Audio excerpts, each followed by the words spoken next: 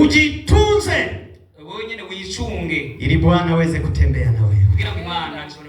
Mungu anahitaji kutembea na wewe, lakini kuna kitu anahitaji kwako.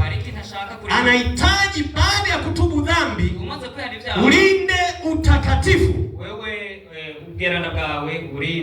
Wathesalonike wa kwanza sura ya 4.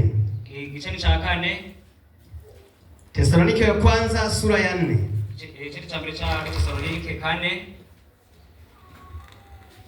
Karibu sura ya 4 murongo wa 4, cha 4 mstari wa 3 na wa 4. Murongo wa 3 na wa 4. Maana haya ndiyo mapenzi ya Mungu, kutakaswa kwenu, mwepukane na uasherati, kila mmoja wenu ajue kuuweza mwili.